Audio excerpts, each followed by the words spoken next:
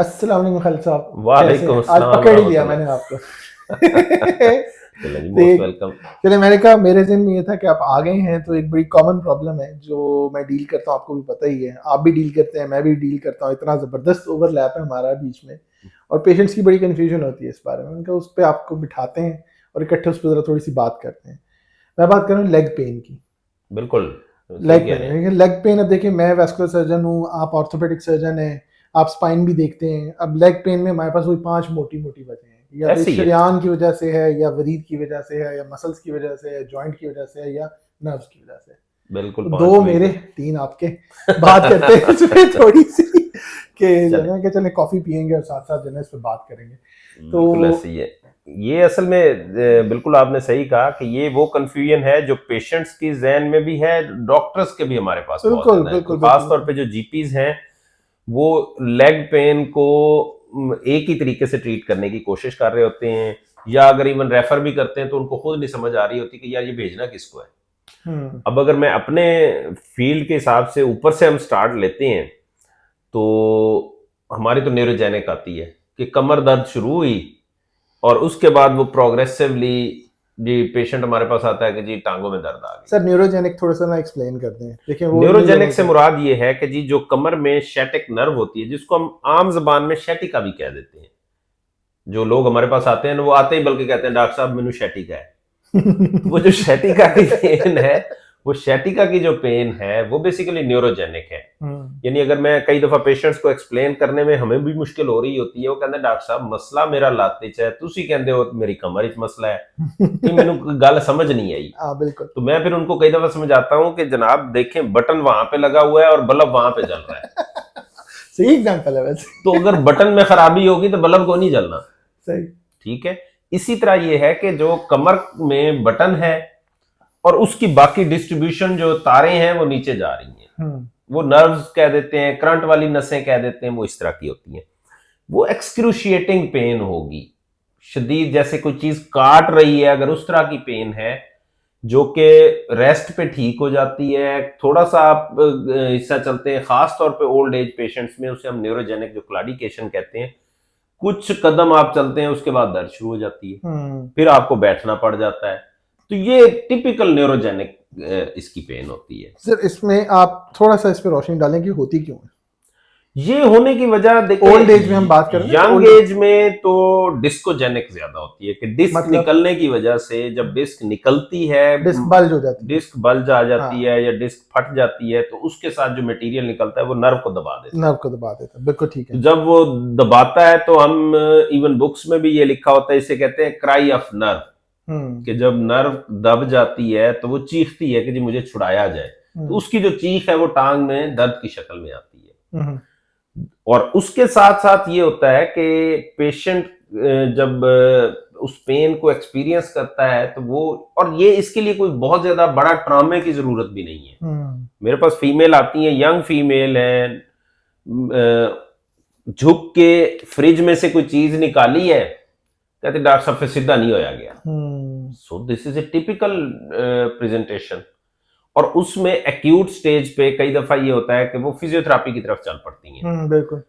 ये एक मिसकॉन्सेप्शन है, ये मसल की पेन नहीं है, ये नर्व की पेन है। इसमें हमें शुरू में कोई फिजियो नहीं करनी, कुछ मसल स्ट्रेंथनिंग नहीं करनी, कोई एक्सरसाइज करने की कोशिश नहीं करनी, अदरवाइज हम इसको वर्सन ही करेंगे, हम इसको कम नहीं कर पाएंगे। हुँ, ओल्ड एज के हिसाब से, जैसे आपने कहा, ओल्ड एज में प्रॉब्लम ये होती है कि हड्डियों का भुरभुरापन हो रहा होता है। तो ये नर्व जो जब कमर से निकलती हैं तो फोरामिन से निकलती हैं, सुराखों में से निकलती हैं। जब वो भुरभुरापन होता है तो वो सुराख तंग होना शुरू हो जाते हैं।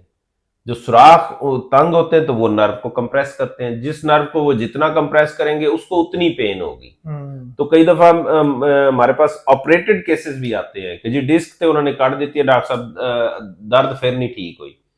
प्रॉब्लम ये होती है कि जब डिस्क का प्रॉब्लम है तो फिर आपने डिस्क को एड्रेस करना है। जब आपका फोरामिनल प्रॉब्लम है या स्टेनोसिस का यानी तंगी का प्रॉब्लम है, तो उसमें फिर सर डेफिनेटली पेशेंट आपके पास आएगा, आप एमआरआई करके देखेंगे, एक्सरेस करके देखेंगे, तब भी ये फैसला हो सकता है कि भाई इसका किसको क्या चाहिए। बिल्कुल ऐसे मतलब ये वन साइज फिट्स ऑल नहीं है कि जी नहीं, हर एक यही इलाज ही है बस, यही और इलाज कुछ नहीं नहीं है, है। बिल्कुल ऐसे ही बिल्कुल है, भी जबरदस्त ऐसे ही बेहतरीन है। बात कर दी आपने। इसमें मेरे ख्याल से एक बड़ी इंपॉर्टेंट बात ये है कि इसमें जो कॉमन मेरे पास भी क्योंकि पेशेंट्स आते हैं बहुत ज्यादा, एक कॉमन होता है कि जी हम लेटे हुए हैं तो ठीक है, जैसे ही बैठे हाँ जी, दर्द शुरू हो गई, या जैसे ही खड़े हुए दर्द शुरू हो गई, बिल्कुल ऐसे ही फिर है, कुछ कदम और चले तो दर्द बढ़ना ही शुरू हो गई, बढ़ना ही कम शुरू नहीं हो हुई। गई, कम नहीं ठीक हो है, तो रही। ये टिपिकल होता है न्यूरोजेनिक पेन न्यूरोजेनिक का। क्लॉडिकेशन होती है, neurogenic claudication, neurogenic pain, pain, ये टिपिकल ये सिम्टम होता है बिल्कुल और ऐसे ही। उसमें समटाइम्स कुछ पेशेंट्स मेरे पास ऐसे भी आते हैं जिनको अब कमर में नहीं दर्द होती।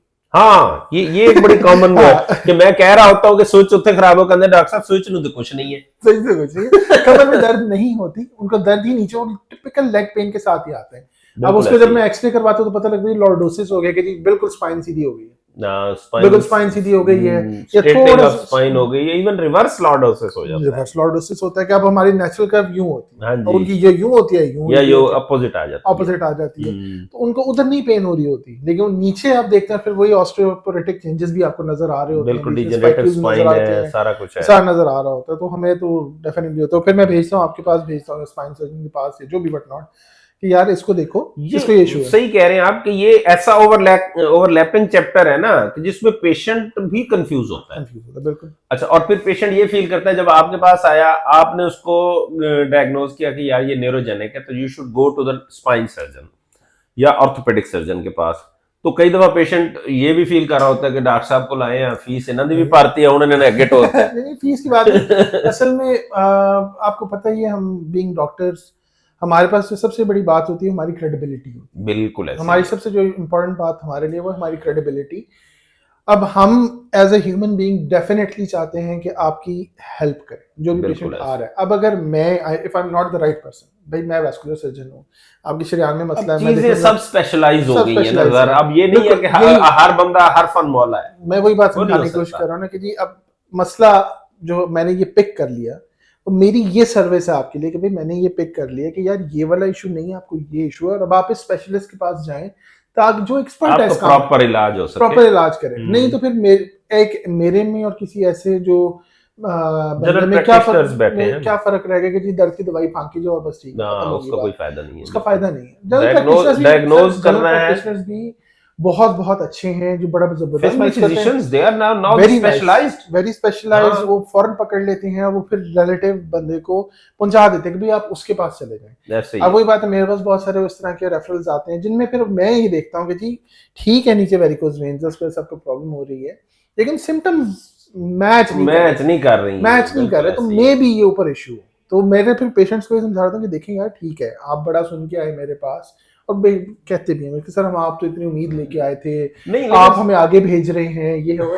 मैं उनको यही समझा रहा था कि देखो यार मैं इलाज कर दूंगा, आपने जो है you will compensate for me, compensate me for that, I will get something out of you. लेकिन मेरे इलाज करने के बाद अगर आपके ट्रीटमेंट आपको 30% इंप्रूवमेंट, हाँ, इंप्रूवमेंट उतनी नहीं होती जो आप एक्सपेक्ट कर रहे हैं, आपकी एक्सपेक्टेशन पूरी नहीं होती, तो मेरी क्रेडिबिलिटी खराब हो रही है, मैं ये नहीं कर सकता। नहीं हो सकता। आप जाएं इस बंदे के पास जाएं, वो देखें क्या कहते हैं, मिल के आपका इलाज करेंगे। नहीं, जो आपके पास केसेस आते हैं उसमें किस तरह के पेन, लेग पेन के साथ आपके पास आ जाता है, तो उसमें क्या क्या कॉजेज हो सकते हैं? सर उसमें जो मेन जो चीज होती है वो है या तो आर्टीरियल क्लॉडिकेशन है या वीनस क्लॉडिकेशन, यानी जो खून लाने वाली रगें हैं या वापस ले जाने वाली, दोनों में से किसी में भी प्रॉब्लम है तो वो वेस्कुलर के अंडर दोनों का इशू हो सकता है। अब उसमें जो वीनस होता है उसमें यूजुअली मसला क्या रहा होता है, या तो डीवीटी बनी हुई होती है, टांग सूज के कुप्पा हुई हुई है, पेशेंट को पता ही नहीं है, पेन हो रही है, टांग सूजी हुई है, और उसके साथ वो आ जाते हैं, तो उसमें ये होता है कि डीवीटी है, डीप वेन्स के अंदर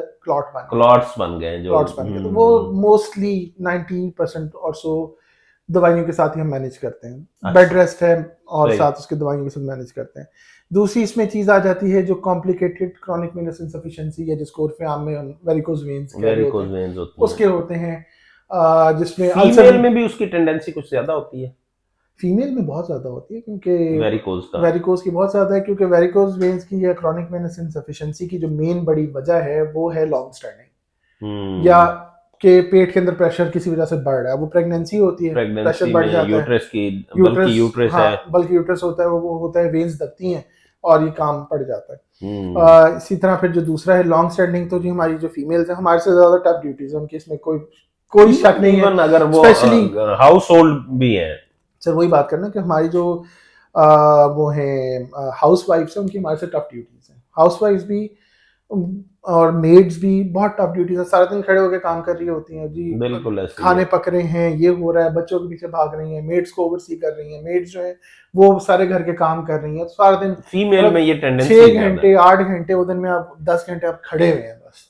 तो और हार्मोनल इफेक्ट्स की वजह से भी कुछ होता है सर, हार्मोनल डेफिनेटली होता है, मसल्स हैं वो भी कुछ वीक हो जाते हैं, वीक हो जाते हैं, रिलैक्स हो जाते हैं, थोड़े से वीक हो जाते हैं और पेनफुल हो जाते हैं, टेंडर हो जाते हैं। तो इसलिए ये बड़ा टिपिकल बताती हैं कि जब हमारा साइकिल होता है, जब व्हेन दे आर मेंस्ट्रुएटिंग, तो उस टाइम पर पेन बढ़ जाती है, स्वेलिंग बढ़ जाती है। जब साइकिल खत्म हो जाता है, हो जाता है, फिर ठीक हो जाती है, फिर हम कुछ बेहतर हो जाते हैं। हम ये हम्म। टिपिकल होता है इसका, वेरिकोज वेन्स का ना, बड़ा टिपिकल ये प्रेजेंटेशन है, सही, खवातीन में होती है। बिल्कुल सही है।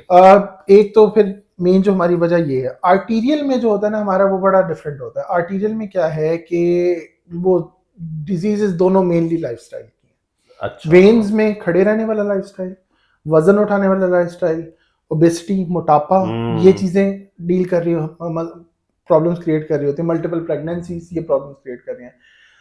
आर्टरीज में, शरियानों में क्या होता है कि आप स्मोकर हैं, आपको डायबिटीज हो गई, आपका लाइफस्टाइल पुअर है, एक्सरसाइज नहीं करते, खाने पीने के आदत नहीं है, एक्टिव लाइफस्टाइल नहीं है, सेडेंटरी लाइफस्टाइल जिसे कहते हैं, सेडेंटरी लाइफस्टाइल जिसको हम बोल देते हैं।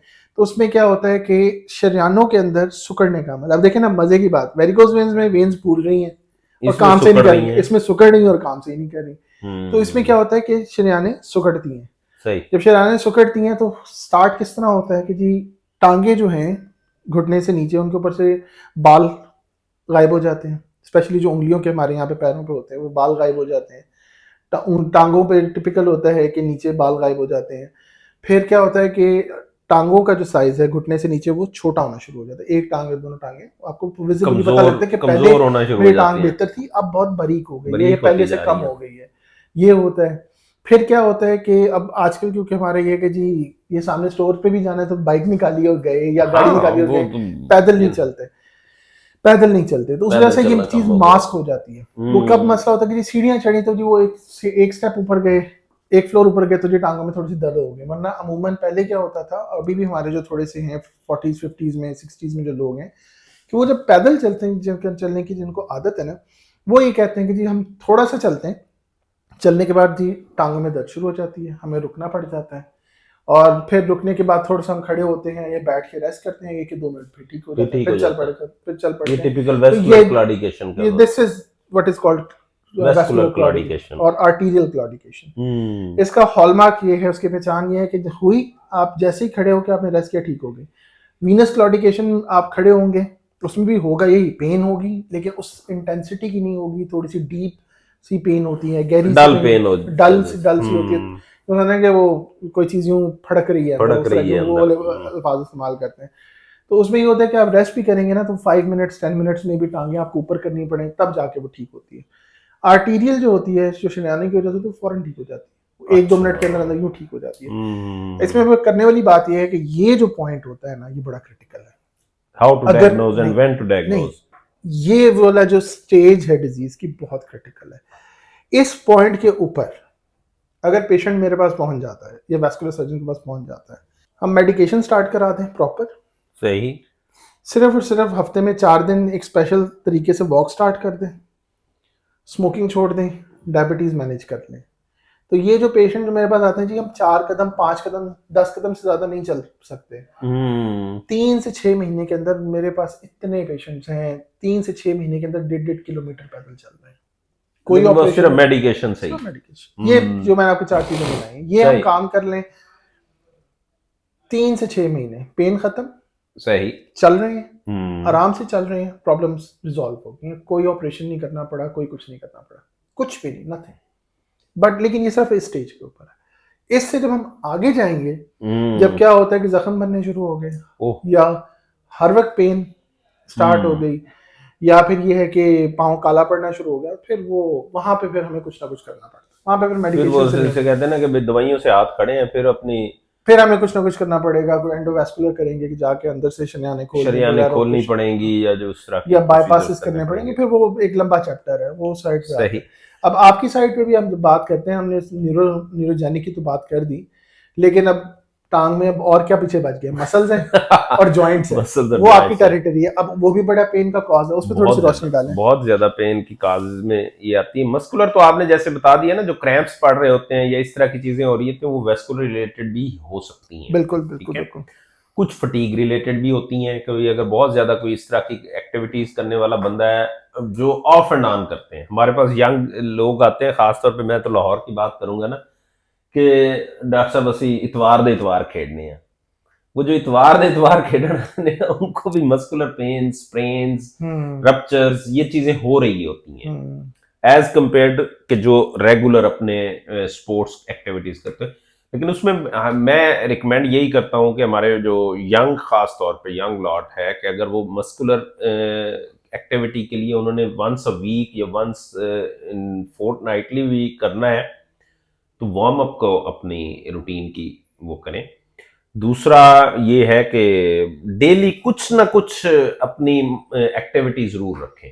सर ये भी जो मस्कुलर स्ट्रेन्स होती हैं या मस्कुलर पेन्स होती हैं, उनके लिए क्या करना चाहिए पेशेंट? एक तो आपने बता देना कि फिजिकल एक्टिविटीज अब हो गया, अब क्या करना है? जो मस्कुलर स्प्रेन्स है या इसके जो जिसे हम स्पैज्म कह देते हैं ना, मस्कुलर स्पैज्म है, उसमें तो जो सबसे इंपॉर्टेंट ये है कि आपने उस वक्त इमीडिएट फिजियोथेरापी करने की कोशिश नहीं करनी। फिर वही बात आ जाती है कि आप उसको ओवर स्ट्रेच नहीं करने की कोशिश कर रहे। दूसरा, इनिशियल स्टेज पे icing is the better treatment in comparison to कि आप उसको वार्म फर्मेंटेशन शुरू अब ये बहुत बड़ा सवाल होता है, बहुत ये इतनी बड़ी कंफ्यूजन है कि जी ठंडा लाना है कि गरम लाना है, और के नहीं करनी है, ठंडी के गरम। इनिशियल स्टेज पे जो रिकमेंडेड है, इवन अगर आप कुछ स्पोर्ट्स भी देख रहे होते हैं, जैसे फुटबॉल, सॉकर के आप मैचेस देखते हैं, या इवन क्रिकेट में भी, अगर कोई इंजरी होती है तो इमीडिएट जो उनका फिजियो है ना, वो भागता हुआ क्या लेकर आता है? आइस पैक, कि वो पहले आइसिंग करनी है। आप चाह रहे हैं कि अब ये स्वेलिंग ना हो, मसल तो रप्चर हो गया या उसमें स्प्रेन आ गया या जॉइंट के अराउंड स्प्रेन हो गया, अब आप चाह रहे हैं कि स्वेलिंग ना हो, क्योंकि स्वेलिंग होगी तो टिश्यू स्ट्रेच होगा, पेन बढ़ेगी, टिश्यू डैमेज बढ़ जाएगा। अब हम ये चाह रहे हैं कि इसको अब हम इधर ही फ्रीज करें, ताकि ये कम से कम स्वेलिंग की तरफ जाए। जितनी स्वेलिंग कम होगी उतना उसका जो लॉन्ग टर्म डैमेज इफेक्ट है वो कम हो जाएगा। ठीक है। तो इसलिए ये confusion once for all clear करनी चाहिए कि स्पोर्ट्स इंजरीज या किसी भी इंजरी के बाद गरम टकोर नहीं करनी। हल्दी भले से लगा लें, लेकिन करनी ठंडी टकोर है। बस ये ज्यादा इंपॉर्टेंट है। अब जो दूसरी चीज ओल्ड एज के हिसाब से आ जाती है, जो कि वन ऑफ द कॉमनेस्ट नी जो लेग पेन की काज है, वो नी की ऑस्टियोआर्थराइटिस है। और साथ हिप, वो ओवरलैपिंग इस तरह होते हैं कि दोनों की ऑलमोस्ट जो नर्व सप्लाई है ना, वो एक ही जगह पे ओरिजिनेट कर रही होती है। ठीक है। तो कई दफा जो hip pain, and I have seen cases, मैं आपको यानी I can figure it out कि भाई कितने केसेस होंगे जिनमें प्रॉब्लम नी में चल रही थी, पेशेंट हिप पेन के साथ ही आपके पास आया है। पोस्चरल भी इश्यूज होते हैं ना, पोस्चर खराब हो जाते हैं, उसकी वजह से लोड ज्यादा पड़ रहा है। हिप में प्रॉब्लम चल रही थी तो पेशेंट आपके पास नी पेन की, क्योंकि ये रेडिएटिंग पेन है। हिप की पेन नी में रेडिएट करेगी, कई दफा नी की पेन हिप में रेडिएट कर रही होती है। तो वो ओवरलैपिंग फैक्टर की वजह से, तो इसलिए for the sake of completion आपके पास जो नी पेन का पेशेंट आता है या हिप पेन का पेशेंट आता है, it's better to examine the other joint. Mandatory. Sir देखें ना, मेरे पास भी आते हैं पेशेंट, तो उनका एक बड़ा ये होता है कि जी हम नीचे नहीं बैठ सकते, और वो प्रॉब्लम कहाँ कर रहे होते हैं? इधर हिप में। अब वो ओवरलैप कर रही होती है, जिस तरह आप बता रहे हैं नी पेन के साथ भी इधर भी इशू है। दूसरा वो न्यूरोजेनिक क्लॉडिकेशन के साथ भी ओवरलैप कर रहा होता है, बड़ा कंफ्यूजिंग हो जाता है वो देखने के लिए। इसलिए ये कई दफा जो हमारे पास यानी हम या मेरी जो सीआर है वो भी कई दफा बता रही होती है पेशेंट्स ये चाह रहे होते हैं कि जी ऑनलाइन हमें हर चीज बता दे। नहीं अब सर, ये जो हम देखिए, 4-5 चीजें हमने बताई हैं, इनको एग्जामिनेशन के बगैर रूल आउट नहीं किया जा सकता। यानी मैं, आप ये बताएं ना, मुझे एक पेशेंट आता है कि उसकी क्वेरी आती है कि जनाब मुझे लेग पेन है तो गिव मी ट्रीटमेंट। सर बिल्कुल ऐसा ही है। अब तो ये देखिए, बड़ा मुश्किल हो जाता है कई दफा हमारे लिए। सर उस पर मैं थोड़ा सा इलेबोरेट करना चाहूँगा इस बात को, आपके इस पॉइंट को। बहुत सारे, काफ़ी अर्सा जो था ये पेशेंट्स के, मैं डायरेक्ट खुद मैं कॉल्स को 2-2.5 साल में खुद सुनता रहा हूँ। अब उस पर उनको भी आपको पता लगेगा जी डॉक्टर साहब खुद बात कर रहे हैं, तो वो जी अब बड़ा मुश्किल हो जाता है समझाना कि यार देखें, जब तक आप मेरे पास आएंगे नहीं, मैं एग्जामिन, अब लेग पेन के साथ आ रहे हैं, मैं वेस्कुलर सर्जन हूँ, मैं पूरी ऑर्थोपेडिक जो आपकी एग्जामिनेशन करता हूँ, बिल्कुल हिप ऐसे ही जॉइंट है। देखता हूँ, मैं नी जॉइंट देखता हूँ, मैं वेसल्स बहुत देखता हूँ, जरूरी मैं है, बहुत सारी चीजें देखता बहुत हूँ। जरूरी है। उसके बाद फिर बैक देखता हूँ, स्पाइन की पूरी एग्जामिनेशन करता लोअर हूँ, लिम्ब का एग्जामिनेशन स्पाइन और वेस्कुलर के बगैर हो ही नहीं हो ही सकता। नहीं सकता। तो वो करता हूँ, वो करके फिर उनको बताता हूँ कि भाई आपका ये इशू है, ये मैं रिजॉल्व करूंगा, और इसके लिए ये बंदा है। इसके लिए डॉक्टर और के फिर पास वो जब करना मैंने पड़ता है। देख लिया है, जिस तरह फॉर एग्जांपल वेन्स का कोई इशू है या आर्टरीज का कोई इशू है, तो मैंने खुद बैठ के अल्ट्रासाउंड करने हैं, उनके खुद बिल्कुल करने सही हैं, है, खुद बिल्कुल देख सही। के मैपिंग्स करनी है, वेन्स कहाँ से गुजर रही हैं, आर्टरीज के कहाँ पे क्या सिचुएशन है, फिर उसके मुताबिक डिसाइड करने के भाई इसको मैंने किस वही कह रहा हूं तरह। कि अब ये सारी चीजें ना फोन के ऊपर बता देना, लो जी ये जादू की टिक्की है, ये ले डायग्नोसिस, ले ले, मैं वो वही नहीं कह हो रहा हूं कि सकता। डायग्नोसिस करने के लिए और फिर मैनेजमेंट प्लान देने के लिए हम्म, ये सारा एग्जामिनेशन जरूरी है। देखिए, भले आप कहीं से भी वेस्कुलर सर्जन के पास आपने जाना है, आपने ऑर्थोपेडिक के पास जाना है, आपने स्पाइन के पास जाना है, लेकिन सबसे इंपॉर्टेंट चीज ये है कि आपने वंस विजिट जरूर करना है, डेफिनेटली देखो। दिखाएं वो, ताकि आपके डायग्नोसिस तक पहुंचे। एक दफा चीज डायग्नोज हो जाती है, फिर आता है उसका मैनेजमेंट प्लान, फिर ट्रीटमेंट का ऑप्शन आता है। बिल्कुल तो ऐसे वो जो, जैसे आप कह रहे हैं कि वो जादू की जप्पी या जादू की टिक्की टिक्की जो है ना, वो नहीं हो सकती किसी भी सूरत में। बिल्कुल ऐसे नी पेन के साथ हमारे जो पेशेंट्स होते हैं, उनमें ये बड़ी कॉमन हमारे पास एक क्वेरी आती है कि जी अच्छा डॉक्टर साहब, मैं फलाने डॉक्टर साहब को गया सी, उन्होंने कहा जी गोडा तब्दील होना है, ਤੇ ਤੁਸੀਂ ਇਹ ਗੋਡੇ ਤਬਦੀਲ ਕਰਦੇ ਹੋ तो किन्ने पैसे लेंदे हो। हाँ यानी ये वो क्वेश्चन है जो कि at the end of discussion आ सकता है, ये at the start of discussion नहीं हो सकता। ठीक है कि मैं उन डॉक्टर साहब की डायग्नोसिस को या उनकी ट्रीटमेंट प्लान को चैलेंज ही नहीं कर रहा, ठीक है, लेकिन फिर भी अब उसमें ऑप्शंस हमारे पास इतने ज्यादा हैं कि कौन सा जॉइंट रिप्लेस होना है, इम्प्लांट कौन सा लगना है, उसमें क्या क्या चीजें इस्तेमाल होनी है, उसके पेशेंट के जहन में भी हजारों क्वेश्चंस हैं। लेकिन फॉर द सेक ऑफ, यानी जिसे कहते हैं ना, ओवर सिंप्लीफाई भी अगर मैं करूं, तो उसमें जो एक मोटी चीज है वो ये है कि हमारे पास इम्प्लांट कौन सा यूज होना है, फिर उसके बाद उसकी जो मोटी कॉम्प्लिकेशन है वो एक है, और वो है इन्फेक्शन। तो इसलिए ये फोकस करना कि just price is the only आपका कंसर्न हो कि यार वो सस्ते च कर रहे हैं तो वो महंगे च कर रहे हैं, तो वो फिर सस्ता रोए बार बार वाला काम नहीं होना चाहिए। क्वालिटी पे ये ऑपरेशन ऐसे हैं कि जिसमें क्वालिटी पे आप कॉम्प्रोमाइज कर नहीं सकते। असल में जो लोगों के समझने वाली बात है ना, आपके पॉइंट पर भी मैं एक पॉइंट बताता हूँ, अपनी भी कुछ एक्सपीरियंस शेयर करता हूँ कि बोन में अगर इन्फेक्शन हो गई जी, तो वो आपको एम्पुटेशन, टांग कटने तक, बाजू कटने तक लेके जाए ही जाएगी। आपको problem just like a cancer, just like a cancer हो गई, खत्म नहीं हो सकती। बिल्कुल ऐसे ही हटाई जा सकती है कि कंप्लीट हटा दें, खत्म नहीं हो सकती। और इम्पोर्टेंट है पहला ऑपरेशन। हाँ, first operation is the last impression, first operation is the last operation जी। उसमें अगर आपने ये कर लिया कि जी मैं डॉक्टर साहब से कहता हूँ कि जी कॉम्प्रोमाइज कर दें, कुछ कर दें, हॉस्पिटल माड़े में कर दें, इम्प्लांट माड़ा लगा दें, भाई उसकी इन्फेक्शन हो जानी, प्रॉब्लम्स आप नहीं फेस करते, डॉक्टर तो कर ही देगा। फिर वही जो बात मैंने स्टार्ट में की थी, हमारे पास एक ही चीज होती है, क्रेडिबिलिटी। हाँ, उसको हम कोई भी किसी भी मतलब किसी भी अमाउंट ऑफ मनी के लिए अपनी क्रेडिबिलिटी हम खराब नहीं हो सकती, बिल्कुल ऐसे ही नहीं करेंगे। तो सबसे इंपॉर्टेंट बात है। अब जब दूसरा मेरे पास पेशेंट्स आते हैं, अब उनके भी यही कंसर्न्स होते हैं। डेफिनेटली हम पाकिस्तान एक गरीब मुल्क है, इकोनॉमिक कंसर्न्स होते हैं, लेकिन जो बात उनको समझाई जाती है, मैं भी उनको समझाता हूँ कि जैसा वेरिकोज वेन्स के मेरे पास आते हैं, मैं अगर किसी में ड्यू है कि लेजर होना चाहिए, लेजर के साथ मैं उसके वेन का ट्रीटमेंट करूँ, मैं उनको बताता हूँ।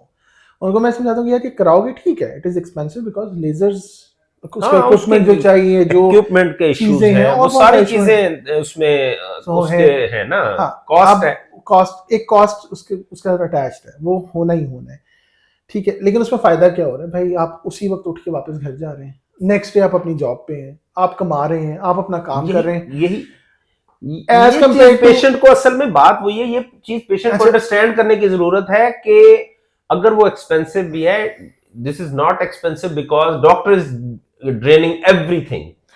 There are doctor lot of costs, lot of costs exactly also, expertise involved है, सारी चीजें हैं और पूरी एक मशीनरी इन्वॉल्व है। वो भी है। दूसरी बात ये है कि आप फौरन अपनी लाइफ में वापस आ गए हैं, हाँ जी, अब आपको छुट्टियों की जरूरत नहीं है, आप अपना बिजनेस करते हैं, बिल्कुल ऐसी आपकी है। जॉब ऐसी है जो आपको सिक लीव नहीं देती, पेड सिक लीव नहीं देती फॉर एग्जांपल भाई, तो आप क्या करेंगे अब? जिस तरह बैक इन 2012 जिस टाइम पे मैं एज ए जनरल सर्जन काम कर रहा था, उस टाइम पे हम यही होता था, ओपन सर्जरी कर देते हाँ थे जी। वेरिकोज के लिए, ठीक है। अगले 2 महीने ना मरीज या जख्म को रो रहा होता था, ठीक है, या दर्द को रो रहा होता था, या जी मेरे से काम नहीं किया तो नहीं, जाता। उसमें तो रिकरेंस रेट बताए ना फिर। फिर रिकरेंस, आप अगर ऑलमोस्ट 90%। रिकरेंस रेट की बात करें तो 6 महीने बाद 15 to 30 पर जो डॉक्यूमेंटेड है, in the best of hands. और मजे की बात यह है, अलमिया ये कि हमारे यहाँ पे कौन कर रहे होते हैं वेरिकोज वेन्स की सर्जरी? पीजीआर जी, जो आपके ट्रेनिंग्स होते हैं। अब ये मैं बात कर रहा हूँ in the best of hand, इसीलिए रिकरेंस रेट ओपन का हमारे यहाँ पे बहुत ज्यादा है। In the best of hand with the proper method 15 to 30% recurrence है 30% is a in big, 6 months. it's a big, it is huge number, 30% it is a number. Huge number. अब आगे मैं लेजर्स की बात करता हूँ, लेजर्स में less than 1% recurrence है आफ्टर 5 years। कितनी बात है, this is the latest of the treatment, latest treatment है। फिर उसमें हो क्या रहा है भाई, बाद में आपका कोई वोंड नहीं है, कोई एंटीबायोटिक नहीं लगनी, कोई मैदे के मसाइल के जी वो एंटीबायोटिक खा खा के पेट सड़ गया, कुछ भी नहीं है। आपको हार्डली सिर्फ 3 वीक्स के लिए थोड़ी सी जहमत करने के लिए स्टॉकिंग पहन लें 3 वीक्स के लिए, उसके बाद जाएं यार, जिंदगी गुजारें अपनी लाइफ, अपनी लाइफ। वही असल में कैलकुलेशन, ये पेशेंट ये कैलकुलेशन अपने उसमें नहीं लाता ना। पेशेंट सिंपल किस चीज पे वो कर रहा होता है, वो डॉक्टर साहब को गया, डॉक्टर साहब बड़े महंगे हैं। तो भाई आप उसके बाद के वो चीजें नहीं फोर्सी कर रहे ना जो वो डॉक्टर कर रहा है। मेरी कोशिश होती है कि मेरा पेशेंट, इवन मैं अपने गांव भी विजिट करता हूं, तो मेरी कोशिश होती है कि मैं पेशेंट को यहाँ पे लाके, क्योंकि मुझे पता है कि यहाँ मेरे पास बेस्ट पॉसिबल फैसिलिटीज अवेलेबल है। सर बिल्कुल ऐसा ही है ना, ठीक है। अब 1.5 से 2 करोड़ रुपए की मशीन अगर आर्थोस्कोपी की आती है, जो की होल सर्जरीज की है, जो स्पोर्ट्स में सबसे बेस्ट इस वक्त दुनिया में यूज हो रही है, तो वो मैं हर सेंटर पे तो नहीं रख सकता। So then I have to go, यानी ask them कि आप यहाँ पे आ जाएं, तो उनकी फीलिंग ये होती है कि अच्छा डॉक्टर साहब तो मरीज ही लेके जाते। ये वो चीजें जो डे टू डे में फेस कर रहा हूँ ना, क्योंकि जिस सेटअप की और जिस उसमें आप बात कर रहे हैं ना, बिल्कुल सही है, लेकिन quality of care is the best healer for the patient. Definitely best surgeon, best facilities and best quality care, ये तीनों चीजें मिल के ही हीलिंग की तरफ लेकर जाती हैं। शिफा बिन जाने वाला जरूर है, लेकिन ये फैक्टर जरूर है, ह्यूमन फैक्टर। ये तो ऐसे ही है ना कि आप एक ब्रेकों के बगैर वाली गाड़ी में बैठ जाएं, उस बात का ये अल्लाह दी लिखी है जी सी।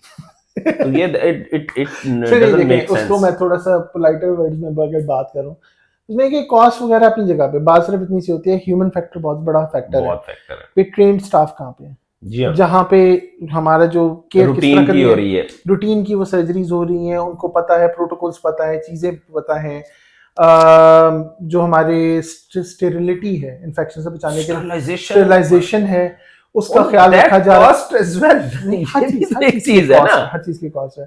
पेशेंट को उसका फायदा कैसे होना है, इंपॉर्टेंट बात है। पेशेंट को इस तरह फायदा होना कि भी जी बाद में इन्फेक्शन नहीं होनी। अब लिमिटेड टाइम आपको एंटीबायोटिक्स खानी पड़ेंगी या नहीं खानी पड़ेगी। मैं उसको छोटी सी एग्जांपल से आपको क्लियर कर दूं। लैया से मैं बिलोंग करता हूं, तो वहां पे मैंने फोर्टनाइटली अपने पेशेंट्स की उसके लिए जाता हूं, सर्विंग के लिए। तो ये चीजें मैंने वहां पे बहुत ज्यादा फेस की हैं, या मैंने नोट की हैं। जो पेशेंट्स आके अपनी ये बयान करते हैं कि वो पहले तो उन्होंने कोशिश की कि चलें जी अब ये फिलान डॉक्टर साहब, क्योंकि पहला जो पेशेंट का फोकस होता है ना, वो यही होता है कि जी जेड़ा सस्ता कर रहे हैं, ठीक है, वो सस्ता उन्होंने करवा लिया। उसके बाद जो उसकी कॉम्प्लिकेशंस फेस करनी पड़ी, या वो कॉम्प्लिकेशंस के साथ पूरी एक फैमिली ने सफर किया, उसको वो चूंकि अनसीन पोर्शन होता है, हर बंदे के लिए वो नहीं हो रहा होता, नजर तो नहीं वो आता ना। अनसीन पोर्शन को जो है ना, जो उनको नजर नहीं आ रहा होता, उनको वो नजर नहीं चूंकि आता, तो वो हमेशा फोकस यही बात करते हैं, वो डॉक्टर साहब फलाने ने कराया सी, उन्हें तेने कराया सी। तो ये इन चीजों को केटर करना, ये इन चीजों को आंसर करना भी हमारे लिए कई दफा मुश्किल हो जाता है कि जो अनसीन कॉस्ट है उस पर भी तो आप वो करें। सर तो बिल्कुल, ये चीजें बड़ी वो है। डेफिनेटली अब हो जाता है, मतलब मैंने अक्सर देखा है कि जी हो लाइक नहीं कहा कि जी हम अफोर्ड नहीं कर सकते थे, हमने फलां जगह से ऑपरेशन करा लिया, उसके बाद से अब तक जो है ना वो उस टाइम पे तो वो लगता है कि लमसम आप एक कॉस्ट पे कर रहे हैं, जो आप क्वालिटी की कॉस्ट पे कर रहे हैं। बात सिर्फ इतनी बेसिक ये है, क्वालिटी की कॉस्ट पे करें कि जो स्टेरिलाइजेशन अच्छी हो, इक्विपमेंट अच्छा हो, मैन पावर अच्छी हो, ट्रेंड हो, बंदा ट्रेंड हो खुद, डॉक्टर सर्जन खुद ट्रेंड हो, बिल्कुल, और वो एक्सपीरियंस्ड हो। जब आप इन चीज़ों से बाहर निकल जाते हैं, अब डॉक्टर जितना मर्जी एक्सपीरियंस्ड हो, अगर स्टेरिलाइजेशन अच्छी नहीं है, वो उसके इख्तियार में नहीं है। जी बिल्कुल, जो उसके असिस्टेंट है वो अच्छे नहीं है, वो उसके इख्तियार में नहीं है, बिकॉज भाई जितनी वो कॉस्ट कटिंग कर रहा है ना, कॉस्ट कटिंग कर रहा है ना, यहीं पे कॉस्ट कटिंग, यहीं और पे cost सबसे cutting बड़ी कर रहा है। कॉस्ट कटिंग होगी दवाइयों में भी, दवाइयों पे, बिल्कुल और ऐसे ही है। मटेरियल्स पे। आपके जॉइंट रिप्लेसमेंट है जी, जॉइंट बिल्कुल आपने ऐसे ही। लगा दिया माड़ा, तो वो जो किसी का 30 साल चलना था वो उस बंदे का 5 साल ना 5 चले। साल नहीं चलेगा, फिर वो 5। और रिसेंटली मैंने एक पेशेंट ऑपरेट की है हम्म जो लोकल हिप करवा चुकी थी, हम्म ठीक है, 5 साल बाद लोकल हिप खराब हो गई, इस दौरान हड्डी भी खराब हो गई। तो बस जब हम रिवीजन के लिए उसको करने के लिए गए, हमारे लिए तो जो प्रॉब्लम थी, लेकिन उस पेशेंट के लिए उसने कितना सफर कितना किया। टॉर्चर था, वही बात है ना कि ये चीज है कि ऑर्थोपेडिक में जो शॉर्ट कमिंग देखने की बजाय, या इवन किसी भी सर्जरी में मैं कहता हूं कि शॉर्ट कमिंग्स देखने की बजाय आपको आउटकम क्वालिटी पे क्वालिटी पे नजर देखना रखनी चाहिए, जरूरी है। क्योंकि जो अब मतलब आप भी, मैं भी, लाइक आई थिंक 2008-9 से प्रैक्टिस में हूँ, आप भी माशाल्लाह। मैं 2007 से हाँ, proper practice proper practice as consultant orthopaedic. हाँ आप कह रहे नहीं, मैं तो मेडिकल फील्ड में एंट्री उस टाइम पे हुई थी ना, तो एमबीबीएस मेरे करके आए 2007 में मैंने आप माशाल्लाह बहुत सीनियर है। तो 2008 में मैं फर्स्ट टाइम हॉस्पिटल्स और फिर ये सारी चीज़ें देखना, कितने प्राइवेट हॉस्पिटल्स देखे, कितने गवर्नमेंट हॉस्पिटल्स देखे, बहुत सारी चीज़ें देखी।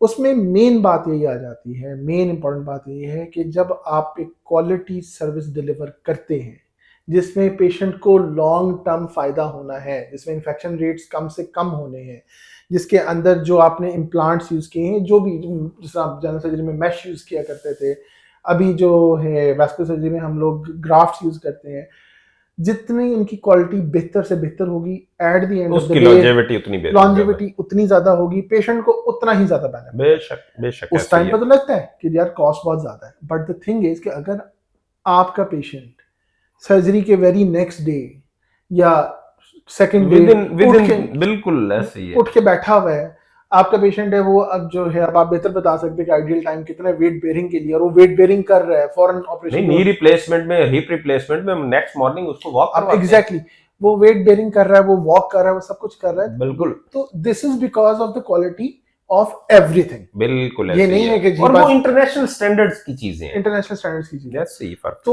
उसमें आपको लॉन्ग टर्म जो है वो सस्ता, तो ये सारा मेरा जो हमारी मेरे ख्याल है डिस्कशन का जो फोकस था ना, वो हम अगर इसको सम अप करें तो यही इसमें आता है कि जो क्वालिटी केयर है that matters eight the end of the day. Quality of care, बस क्वालिटी ऑफ केयर जो है ना वो सबसे इंपॉर्टेंट है। बाकी चीजें और वो आपको कहीं भी मिल रही हो, चले गवर्नमेंट सेक्टर में भी अगर आपको वो क्वालिटी ऑफ केयर मिलती है and you feel comfortable, then it's okay. Sir मैं आपको एक एग्जांपल देता हूँ, किसी और की नहीं, अपनी एग्जांपल दूंगा।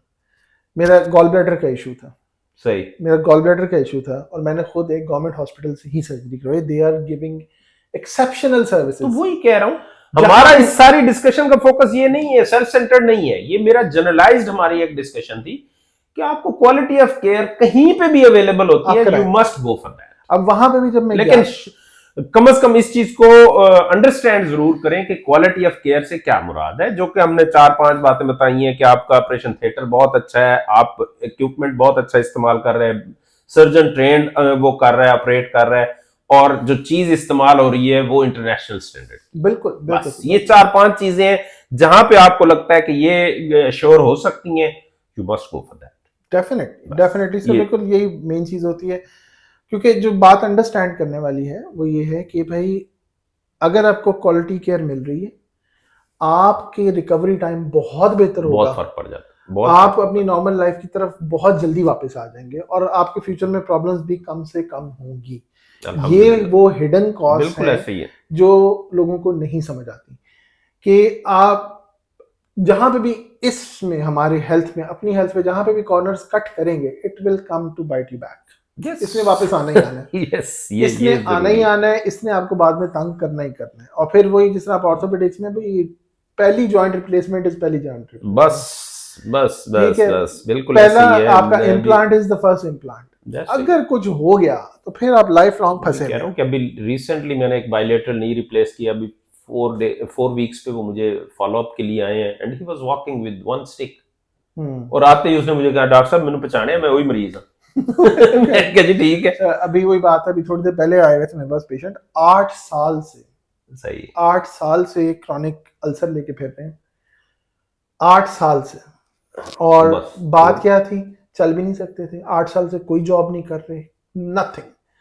फैमिली पाल रही है उस बेचारे बंदे के, 45-50 साल का फैमिली बंदा, ने उसकी वाइफ क्या सोचें, क्या हालात होंगे, क्या होगा क्या नहीं होगा, कभी इस डॉक्टर के पास, कभी उस डॉक्टर के पास, उस डॉक्टर के पास। वो एंड पे आया था मेरे पास, मेरी टांग काटते हैं, मैं मसनूई टांग लगवा लूं, मैं किसी काम जोगा हूं, मैं कुछ करूं।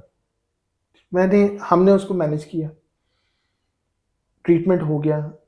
आज वो मेरे पास आया हुआ है कोई 1.5 महीने बाद, आई गेस अपने प्रोसीजर के 1.5 से 2 महीने बाद, वो 8 साल वाला जख्म भर चुका है, अल्हम्दुलिल्लाह। खत्म। बिल्कुल और ऐसे ही है। ये अभी वही बता ये रहे अल्लाह थे की तरफ से है, लेकिन बात वही है कि आपने बेस्ट क्वालिटी केयर दी, डायग्नोसिस प्लस आपने क्वालिटी डायग्नोसिस एक्यूरेट किया, हाँ, क्वालिटी ये इंपॉर्टेंट है। उसको मैंने बता दिया भी तुम्हें यहाँ पे इधर लेजर्स की जरूरत है, यहाँ पे तुम्हारी हमने स्क्लेरोथेरेपी करनी है, ये तुम्हारी वुंड की हमने ये ड्रेसिंग इस तरह करनी है, एंड अल्हम्दुलिल्लाह। और ये कॉम्प्लिकेशन थी इसकी क्या नाम है, वेरिकोज वेन्स की कॉम्प्लिकेशन थी। अब वो बंदा, अब उसने अपनी जॉब वापस ज्वाइन कर ली, इतना खुश, आज मेरी दावत देके गया कि सर आपकी पूरी टीम ने हमारे पास मेरे घर खाना खाने आना है।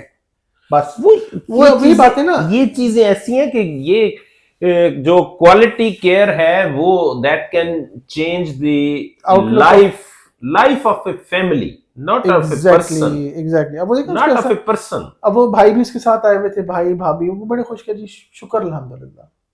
ये हमारी पूरी, वो अपने काम पे, वो उनकी डिपेंडेंसी से निकला है, वो उनके एक उसके उसमें से निकला है, उसमें पूरी फैमिली के लिए एक टॉर्चर। बिल्कुल ऐसे। तो ये कोई एक एग्जांपल नहीं है, ढेर लगा। नहीं वही कह रहा हूँ, ये बड़ा एक कॉमन वो है। तो फोकस एट द एंड वही उसी बात पे ही रहता है कि quality is the best, right person for the right job in the right environment. Yes, that is. अब वो क्यों खुआर हो रहा था, क्योंकि वैस्कुलर सर्जन कोई नहीं मिला उसे। बेसिक पहली दफा मिला कोई भी, मैं नहीं, कोई भी वैस्कुलर सर्जन हो तो वो ऐसे ही डील करता। तो पहले वैस्कुलर सर्जन मिला पहली दफा, हमने उसका कोई क्वालिटी पे कॉम्प्रोमाइज नहीं किया, टाइमली उसको हम फॉलो करते रहे, वो भी टाइमली अपना इलाज करवाता रहा, जैसे भी करवाता रहा अल्हम्दुलिल्लाह ठीक हो गया। अल्लाह ताला उसको भी सेहत दे।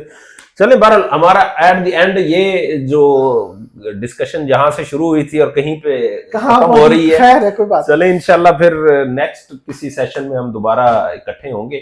जरूर दोबारा किसी और चीज पे बात करेंगे इंशाल्लाह। इंशाल्लाह फिर किसी और एक और हमारा जो बड़ा वो होता है ट्रॉमा, एक बहुत बड़ा वो है trauma, vascular plus orthopaedic, fractures with vascular injury, इस पे डेफिनेट बात होनी चाहिए कि ये निग्लेक्टेड सब्जेक्ट है और अभी तक लोगों में, इवन हमारे जो ट्रेन्ड पर्सनल्स हैं उनमें भी ये अवेयरनेस प्रॉपर नहीं है कि ये टीम एफर्ट होती है, ये इंडिविजुअल का काम नहीं होता। इस पे हम नेक्स्ट डिस्कशन करेंगे। जरूर। Okay sir, thank you so much. Thank you very much. Allah Hafiz.